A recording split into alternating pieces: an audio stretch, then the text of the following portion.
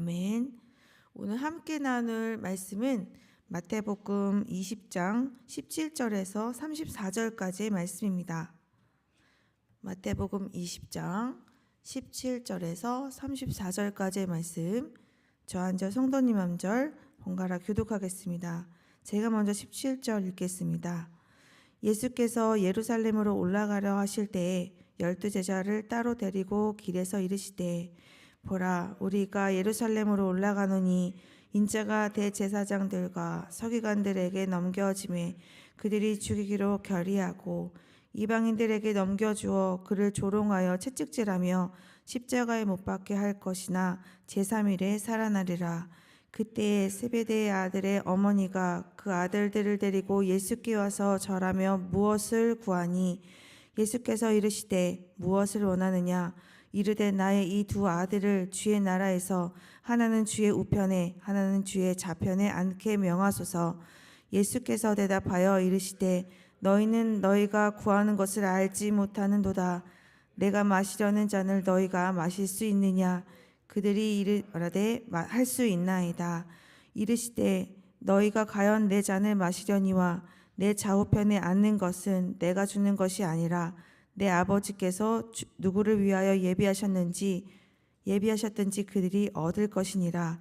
열제자가 듣고 그 두 형제에 대하여 분이 여기거늘 예수께서 제자들을 불러다가 이르시되 이방인의 집권자들이 그들을 임의로 주관하고 그 고관들이 그들에게 권세를 부리는 줄을 너희가 알거니와 너희 중에는 그렇지 않아야 하나니 너희 중에 누구든지 크고자 하는 자는 너희를 섬기는 자가 되고 너희 중에 누구든지 으뜸이 되고자 하는 자는 너희의 종이 되어야 하리라.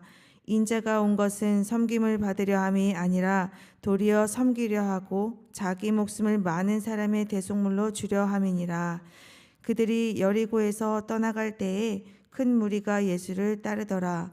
맹인 두 사람이 길가에 앉았다가 예수께서 지나가신다 함을 듣고 소리질러 이르되 주여 우리를 불쌍히 여기소서. 다윗의 자손이여 하니 무리가 꾸짖어 잠잠하라 하되 더욱 소리질러 이르되 주여 우리를 불쌍히 여기소서. 다윗의 자손이여 하는지라.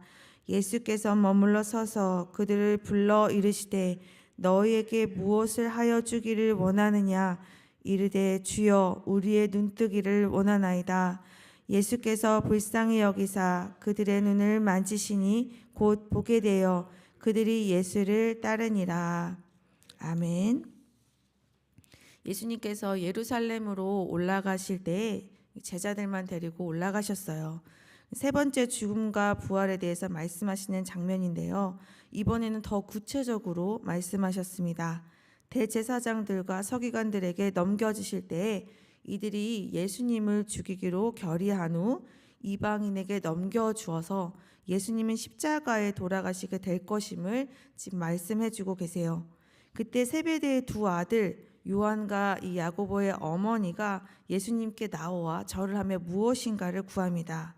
예수님께서 물으셨어요. 무엇을 원하느냐?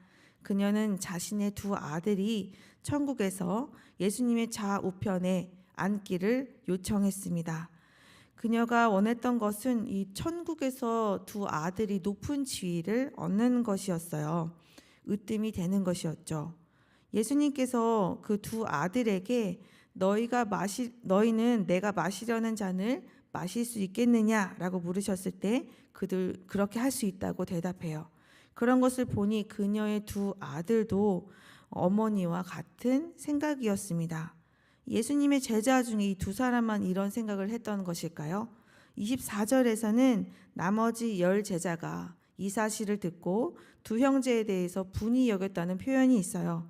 나머지 제자들이 이것을 듣고 화를 낸 이유는 10 제자들도 같은 생각을 했기 때문입니다.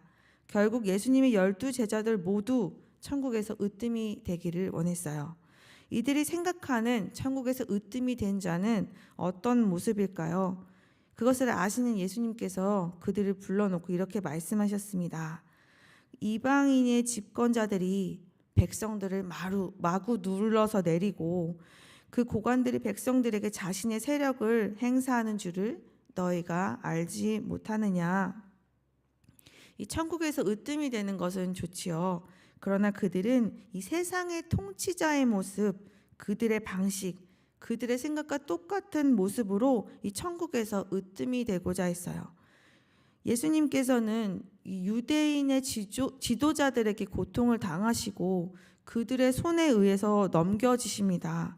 이방인에게 넘겨지시는데 그 이방인의 처형이 십자가에 못 박혀 돌아가시게 돼요. 그런데 제자들은 이 천국에서 유대인의 지도자와 같은 자, 그리고 이방인의 통치자와 같은 자가 되기를 원하고 있는 것입니다. 예수님께서 말씀하세요. 26절에 너희 중에는 그렇지 않아야 하나니, 그러면서 천국에서 으뜸이 되는 것이 어떤 것인지 천국의 법칙을 알려주셨습니다. 나머지 27절과 28절도 함께 읽어드리겠습니다. 너희 중에 누구든지 크고자 하는 자는 너희를 섬기는 자가 되고 너희 중에 누구든지 으뜸이 되고자 하는 자는 너희의 종이 되어야 하리라. 인자가 온 것은 섬김을 받으려 함이 아니라 도리어 섬기려 하고 자기 목숨을 많은 사람의 대속물로 주려 함이니라. 스스로 낮아지고자 할수록 높아지고 섬기는 종이 되고자 할수록 으뜸이 되는 이 천국의 법칙에 대해서 말씀해 주셨습니다. 이제 예수님께서 제자들과 함께 여리고를 떠나게 되셨어요. 그때 많은 사람들이 예수님을 따르고 있었습니다. 예수님께서 지나가시는 그 길에 맹인 두 사람이 앉아 있었어요. 이들은 예수님께서 이곳을 지나가신다는 소식을 들었습니다. 예수님을 좀 만나야겠는데 눈이 보이지 않으니 직접 찾아갈 수가 없었어요. 그래서 이들은 큰 소리로 예수님을 부르기 시작합니다. 주여 우리를 불쌍히 여기소서 다윗의 자손이여. 그러자 예수님과 함께 있던 무리들이 이 두 사람을 꾸짖어요. 잠잠하라.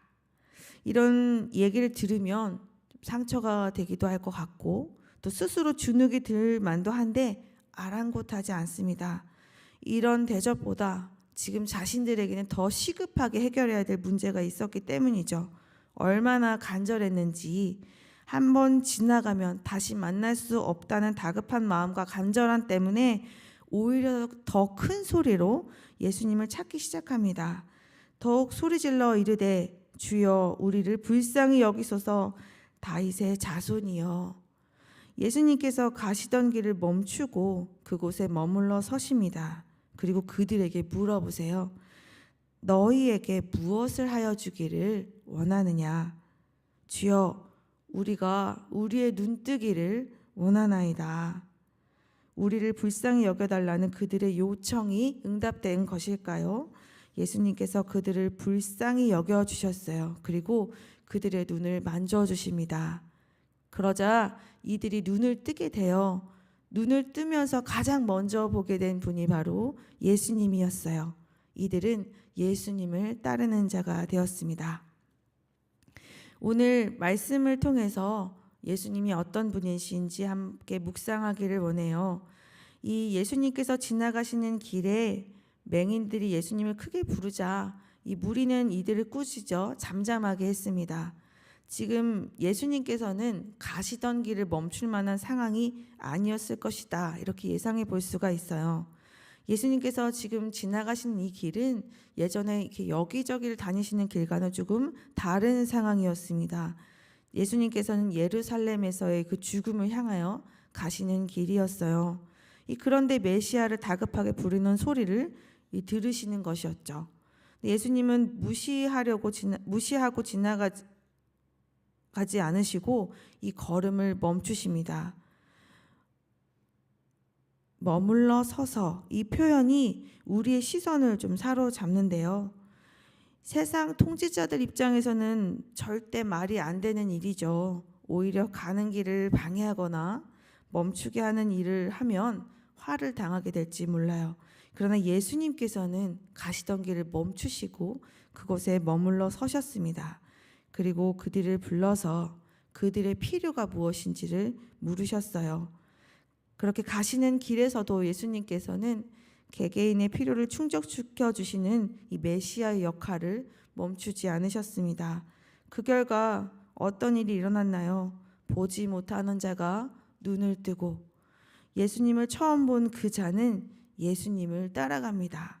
자신을 고쳐주신 메시아를 따라가요. 예수님께서는 그를 찾는 자에게 응답하시는 분이십니다. 또 예수님은 자기의 백성을 불쌍히 여기셨어요. 이 두 맹인을 불쌍히 여기셔서 이들의 육체의 어두움을 해방시켜 주신 예수님께서는 이제 예루살렘으로 가셔서 대속물로 죽임을 당하시어 그의 모든 백성들의 죄와 죽음으로부터 해방시켜 주시고 구원해 주십니다. 이 분의 긍휼은 이 둘을 향할 뿐만 아니라 우리들에게도 향하여 있어요. 천국에서 크고자 하느냐? 그러면 너희는 섬기는 자가 되고 으뜸이 되고자 하느냐? 그러면 너희는 종이 되어야 하리라. 내가 온 것은 섬김을 받으려 함이 아니라 도리어 섬기려 하고 목숨을 많은 사람의 대속물로 주려 함이라는 이 말씀을 몸소 실천하셔서 가르쳐 주셨습니다. 오늘 등장한 이 두 맹인은 예수님을 다윗의 자손으로 불렀어요. 다윗의 자손이라는 이 표현은 유대인이 메시아를 부를 때 사용하는 표현입니다. 이들은 이 절박함 속에서 확신에 찬 태도로 예수님을 메시아라고 부릅니다. 나의 구원자, 나의 주님으로 부르죠. 마태복음에서 예수님을 다윗의 자손으로 표현한 부분이 여러 등장해요. 예수님께서 귀신 들려서 눈 멀고 말 못하는 사람을 고쳐주실 때 무리가 놀라서 이렇게 표현합니다.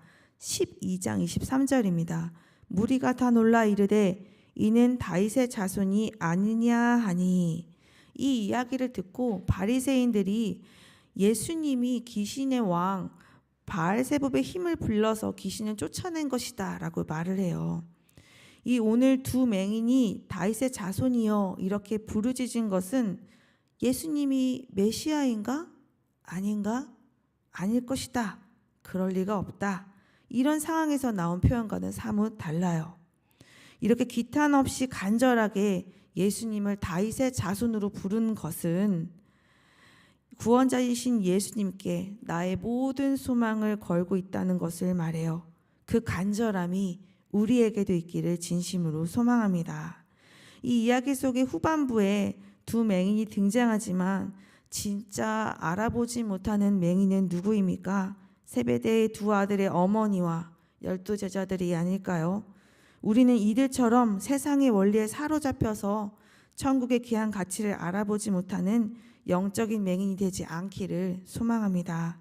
오히려 나를 불쌍히 여겨주시기를 원하며 이 내가 보지 못하는 상황을 주께 가지고 나아가서 주께 도움을 구하는 이들이 바로 영적으로 눈을 뜬 자들입니다.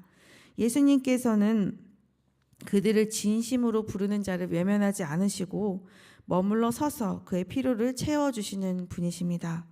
또 긍휼히 여겨달라는 부르짖음에 불쌍히 여기심으로 응답하시는 우리의 구원자이시기도 하십니다. 자신의 몸을 대속물로 드리셔서 그 귀한 생명을 우리에게 주시는 참된 구원자가 되십니다. 우리의 영혼의 이 목마름과 갈급함을 해결할 수 없는 어려움, 이 따뜻한 사랑으로 채워주시고 해결해 주신 예수님을 만나는 오늘 하루가 되시기를 진심으로 소망합니다. 함께 기도하시겠습니다.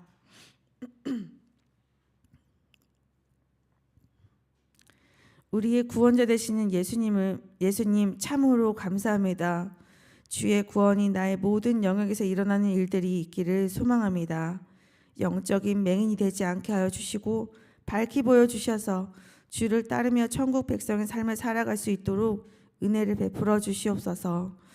또한 오늘 가르쳐 주신 천국의 법칙을 우리의 마음에 새기게 하셔서 더 섬기고 더 낮아지며 서로를 사랑하는 주의 제자된 삶을 살아갈 수 있도록 오늘 하루도 함께하여 주시옵소서. 내가 머무는 공동체, 가정, 직장, 모든 사람들 사이의 관계 속에서 주께서 우리에게 베풀어 주시는 참된 천국이 나를 통하여 이루어지는 역사가 있게 하여 주시옵소서. 감사드리며 예수님의 이름으로 기도드렸습니다. 아멘. 두 가지 기도 제목으로 기도하신 후에 개인 기도로 나아가겠습니다. 예수님을 본받아 섬김으로 은혜의 공동체를 지켜내게 하여 주시옵소서. 나의 구원자 그리스도를 더 깊이 경험하는 오늘 하루가 되게 하여 주시옵소서. 함께 기도하시겠습니다.